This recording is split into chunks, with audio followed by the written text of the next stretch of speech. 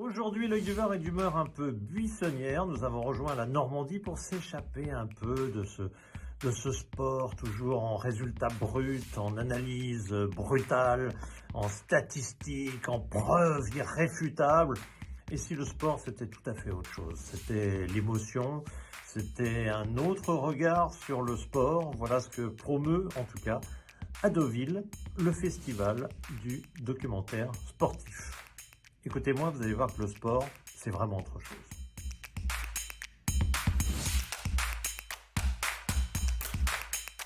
Et oui, ras-le-bol des polémiques Mbappé, des polémiques sur ces joueurs de l'équipe de France qui prennent un verre, ou deux, ou cinq, après le match contre le Chili.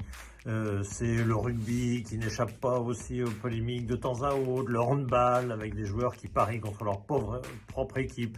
C'est pas ça le sport, c'est pas ça. Et ça n'est pas non plus juste des résultats bruts, et puis l'équipe qu'on voyait descendre la semaine d'avant, tout d'un coup on la voit jouer la Coupe d'Europe, et puis à l'inverse, celle qu'on voyait jouer la Coupe d'Europe, on se dit finalement elle peut descendre.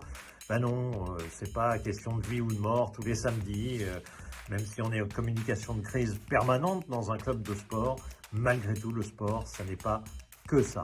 Et heureusement, survient à Deauville, le Deauville Sport Dog Festival, que j'ai eu le grand plaisir de créer, et qui va récompenser des films documentaires qui proposent vraiment un autre regard sur le sport.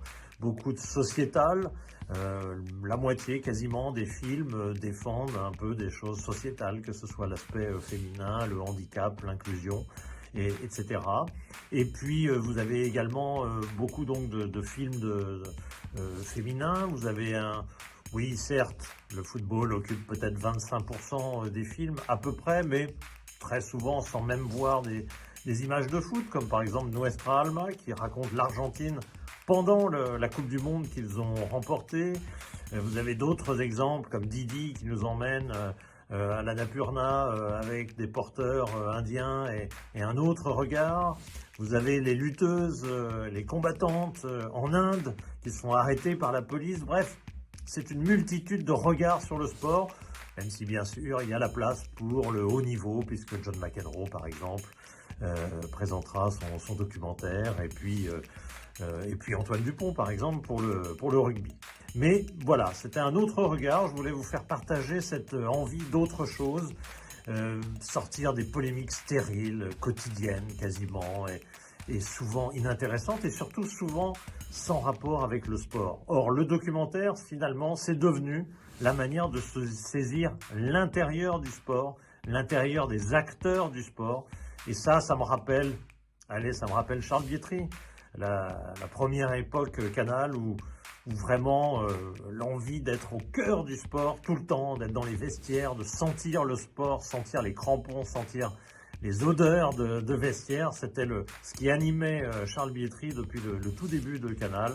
Eh bien, je crois que je retrouve un petit peu cet esprit à travers cette fête du documentaire sportif ici à Deauville. Suivez-moi, Deauville Sport Dog Festival, ça commence ce soir mardi, ça dure jusqu'à vendredi.